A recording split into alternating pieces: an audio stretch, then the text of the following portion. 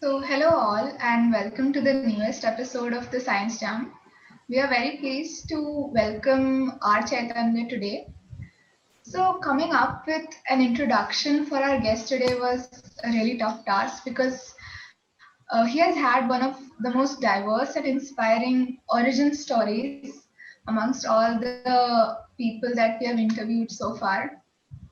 So, starting off as a programmer for IBM, after having finished his master's in computer science from Madurai Kamraj University, Chaitanya went on to become a data analyst for the company and contributed massively to its growth.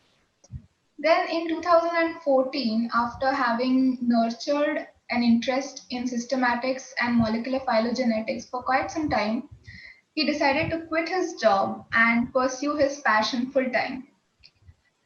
Since then, he has gone on to collaborate with scientists from NCBS and BNHS on their fieldwork and research work.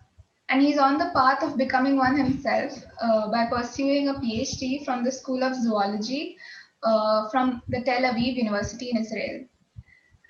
Did we mention that he also has more than 12 publications to his credit? And he has also conducted various courses in herpetology and systematics for students and learners alike.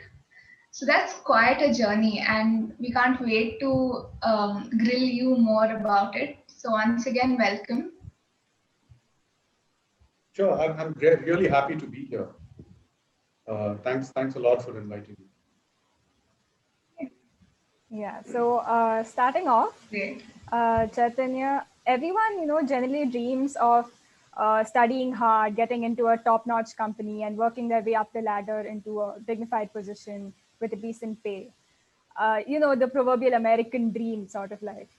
So you gave up the luxuries and the job security of this sort of a professional software career to delve into research, which offers neither of these luxuries, no job security, not much rather, and not even a modest pay. So, what drove you to take this decision?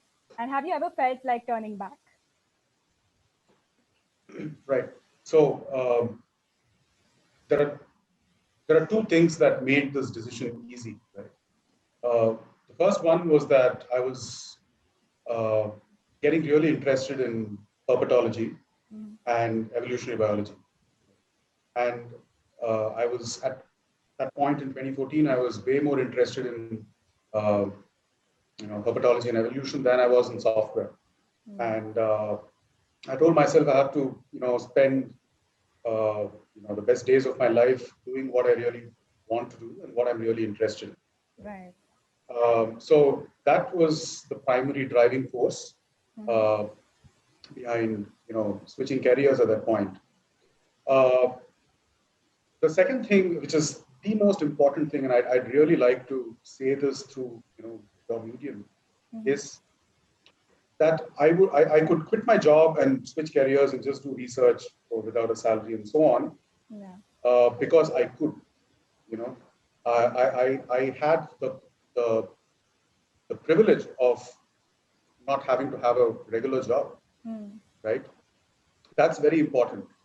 In the sense, not a lot of people have that privilege. In the sense, I don't have anyone who's financially dependent on me, for example, right? Yeah. A lot of people want to switch careers, want to do things that they really love to do, but because of financial circumstances and so on, they really can't do it because they have to support a family and so on. Correct. So I basically came from that place of privilege where I could make the shift, and that made it easier for me, right? So it's just as simple as that. It was not that I was brave. It was not that I was very adventurous or anything like that. I just had the opportunities and the right circumstances to be able to make that decision, Transition. Yeah. right? Again, it also has to be driven primarily by a deep-rooted interest in a certain subject, and that's when you tend to do these foolish things like shift careers and stuff like that. Uh, but that said, it's very important to have the right circumstances, and not everyone does. And I've been very lucky that way. And okay, to your next question, have I thought of turning back? Yeah. not right now. I don't think I want to turn back right now. I have one of the problems I have in life is I have too many interests. I'm very interested in software engineering too. I'm an algorithms guy. I love algorithms. Okay. Uh, so I don't know. Maybe I would just go back to a computer science research job at some point, or try and do computer science research.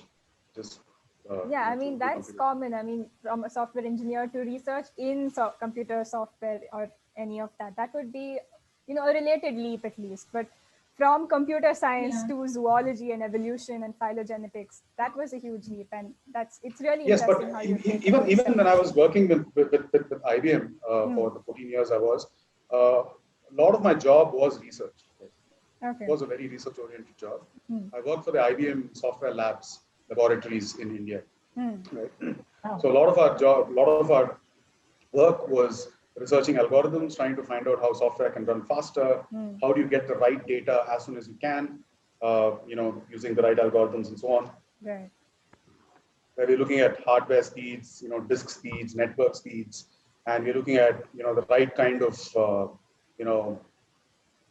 joins and correlates you can run on data so that you can get the right data out in a reasonable amount of time. And we're talking terabytes, like hundreds of terabytes of data, right? Yeah. Typically in a data warehouse, you would have hundreds of terabytes. And if you have to get information out to a user in real quick time, before the user gets too old, or even worse, before the user evolves into another species, you have to get these algorithms that can retrieve data really fast. So Yeah. that also research was a very big part of my job in IBM too. So I'm not new to research per se, but yes, I'm definitely new to biology, and I'm new to uh, uh, everything that's related, everything that goes with being a field biologist. Yeah. Okay. Well, given this huge shift, I mean, I'm sure that there would have been probably a few moments where you felt like, okay, I should have probably just, should I just go back to what I was doing? Did you have any such moments? So, Look, I miss the money for sure. Right. There's no two ways about that. You know, software is this really lucrative industry, and if you're reasonably good, you're making a lot of money, way more than an average person in India would, right? Because that's the kind of industry software is. So I definitely miss the money. I'd love to have that kind of money drop into my bank account every month. But apart from that, at some point you'll have to take a call. Yeah. Do I have enough money to kind of live the life that I want to live? And pursue research or pursue whatever interests me, or do I want to keep making more and more money, right? Do I want to buy a Ferrari, for example, or do I want to buy like a big ass villa somewhere and stuff like that? I definitely don't have the money or the means to do that right now. So that's a call I took and said, look, I think I have enough money to get by. So let me just go and do what I want to do, whatever makes me happy, whatever I think is very interesting and challenging at this point. So yeah. So thoughts of turning back have not occurred, but thoughts of oh man, I do miss the money, that has occurred. Yes. That makes sense. I mean, we're sure that starting off a journey in a research field, and then without having absolutely no probably educational basis, like primary or a professional educational basis, and then starting off right from scratch would have been a huge change for you. And then I'm sure that every day that you decided to when you decided to get on this journey, every day would have been a different challenge for you. So going on to a different on the next question, I would like to ask. So molecular phylogenetics has proven to be a novel and a quite successful approach in species description. So could you please briefly walk us through the process of describing a certain species from a phylogenetics perspective? Okay, so just going back to what you were talking about, how it was difficult, when I started off doing, being a herpetologist, trying to understand evolution and so on. It was hard because it's difficult from the standpoint where, I come from a background of bits and bytes, right? So Right. it's all fundamentally on and off, 0 or 1, right? So everything is very kind of discrete. But I learned the hard way while I was, and I'm still a student of biology, that in biology most things are a continuum, right? Yeah. There's no real 0 and 1. It's all like clines or it's a continuum, and there's no real right and wrong, right? So that was a big paradigm shift. I'm used to right and wrong. I'm used to the right answer and the wrong answer. There's no gray I'm not area used there. of explanations, right? So that was a little hard. And that said, I had some really good mentors along the way. So I must mention them. And then there's Dr. Bharat Giri who currently works at the Bombay Natural History Society. He was a huge influence and an inspiration. And he taught me a lot about taxonomy and how I should look at organisms from a taxonomic perspective or from a molecular, morphological perspective and so on. And then there was Professor Praveen Karanth from the Indian Institute of Science, whom I learned a lot about phylogenetics from. So Praveen is they're all good friends of mine. So even when we hang out as friends, we kind of land up discussing phylogenetics, evolution, and things like that. So he's also been a huge influence in my life. And now my current PhD supervisor, Dr. Shai Mary, he also is turning out to be a fabulous mentor so far. It's been about 3 months since I joined the PhD program, and he's changed my perspectives about a lot of things. So I have to mention all these people. It would have been very difficult without these guys telling me how to do things and what to do and stuff like that. So yes. So that said, I'll come to your question about phylogenetics in taxonomy. Right? Yes. So phylogenetics per se is the science of understanding evolutionary relationships between organisms, right? So from a strictly taxonomic point of view, phylogenetics does not really add much value, right? Unless you're trying to do something like phylogenetic classification of organisms, right? But what adds value or the kind of research that people have been doing worldwide for the last 10, 20 years is using molecular data to understand if two groups of organisms are distinct species or are they part of the same group, right? Okay. What a phylogeny of these organisms will tell you is how they're related, right? A phylogeny will only tell you if these two organisms are evolutionary sisters or they're not, right? Or they're distantly related. The difference between you and your immediate sibling and you and your first cousin, for example, or even worse, you and your second cousin, for example. So that's what phylogenetics tells you, right? Now, let's assume we've kind of collected genetic data from the 5 of us, the four of you and me, and we analyze this genetic data and put it in a phylogeny, right? So what it's going to tell the world is how the 5 of us are related, right? Evolutionarily. Yeah. Right? Correct. So it's probably going to, I'm just guessing, it's probably going to say, I'm more closely related to Anushri and Lumina is more closely related to Urja, for example, right? Just hypothetically. So in this instance, does a phylogeny tell you that we are different species?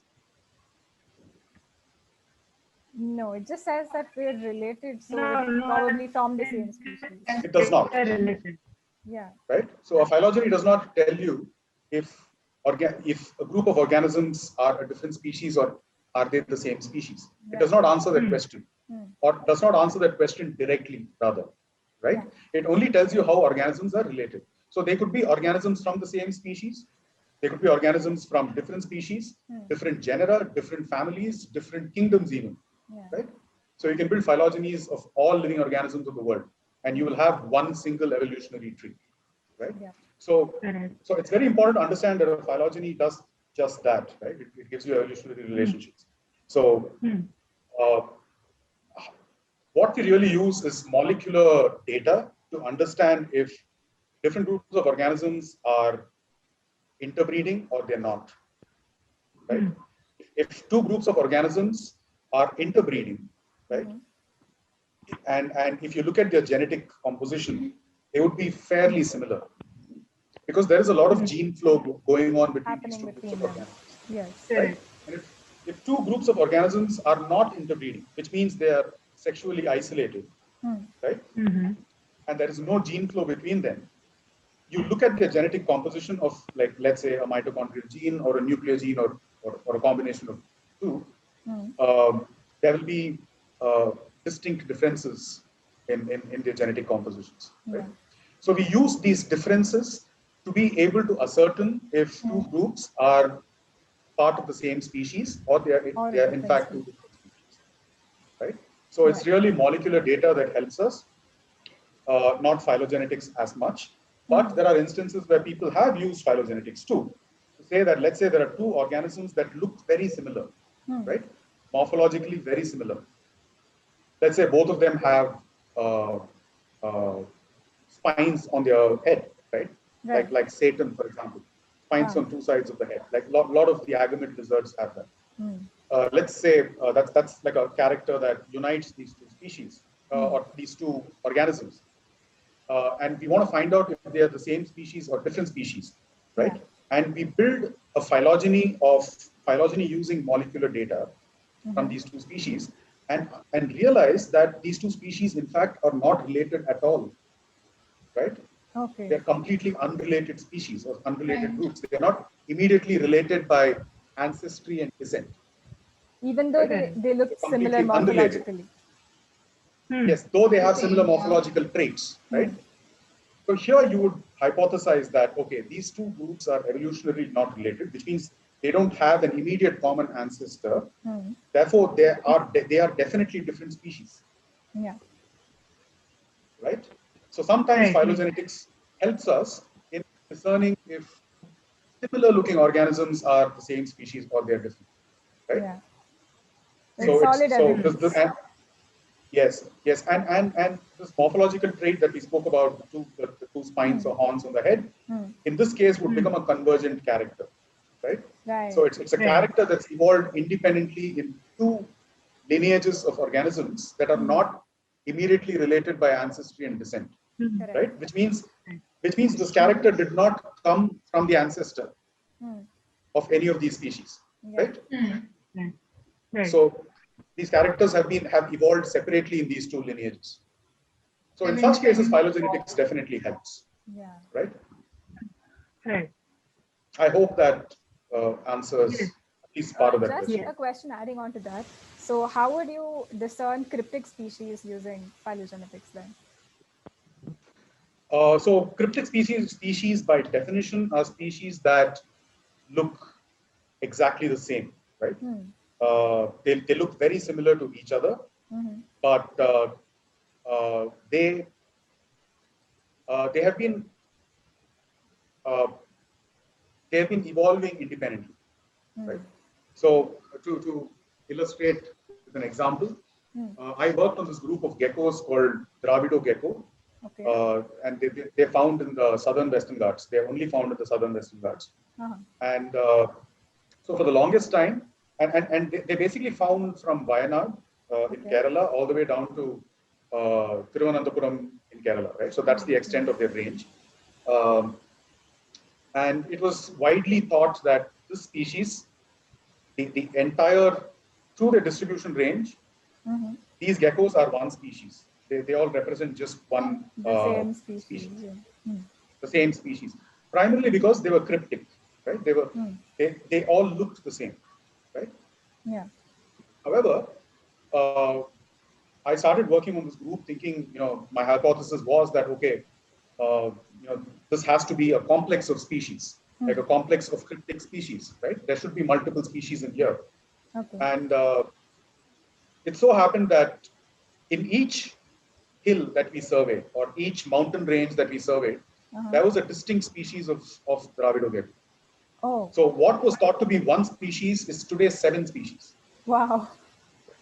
Wow. 7. So yeah, there are 7 species today of these geckos. Um, so primarily, it's the reason being, uh, these geckos can only live in in wet forests, forests that are either wet deciduous or evergreen. There has to be a high degree of rainfall, right? And if you notice in the Western Ghats, such forests are isolated to hilltops. You don't get wet rainforests throughout. Yeah. They're isolated to certain regions. They're isolated islands almost. And these wet forests are interspersed with dry forests, Right. or even scrub jungles in certain cases. And these geckos cannot live in dry forests. They cannot live in scrub jungles. So each population of this gecko has gotten isolated in these wet On fragments these in the wet Western areas. Ghats. Oh, Yes, along millions of years, wow. right? Okay. So we are talking about, I think the first split was, I think they've been isolated for about 25 million years or something like that. 20 to 25 million years approximately. So when organisms are isolated for that long, what happens is they start making their own evolutionary courses, right? Genetic mutations start accruing over time. And if you look at them today, 20 million years later, they genetically look nothing like each other. Whoa. I mean, they are related, of course, Yeah, but they're genetically so different from each other that they're all distinct species, right? Somehow the And rates these of are all, evolution have changed over the years. yes. So they've all just evolved separately. And that is the whole definition of a species, right? Right. Species is defined as an independently evolving lineage or an isolated lineage that has its own evolutionary trajectory. Yeah. Right? And why are species cryptic? Like, for example, I'll take the same example, Dravido geckos. So these geckos are tree-dwelling geckos. They're arboreal. And they're adapted to wet forests. Right. All 7 species are tree-dwelling and they're adapted to wet forests. So, which means they did not really have to change their morphology too much. Right? So if one of them was adapted to a rocky habitat, right? If one of them was rupicolous, or if one of them was terrestrial, or one of them had become slightly aquatic, right? Then they would have to look different to adapt to their surroundings. They would have to look different. They would have to morphological adaptation. Yes, so natural selection would have ensured that there would be differences in morphology between these groups, right? Correct. But because they are so conserved in the niches that they occupy, right? Arboreal wet forests in the Western Ghats, and that's a very conserved niche, right? Across all these 7 species, they really didn't have to change their morphology that much. Yeah. That's why for us, for the human naked eye, they all look the same. Right. So I hope that answers your question. Yes, that does. Yeah. So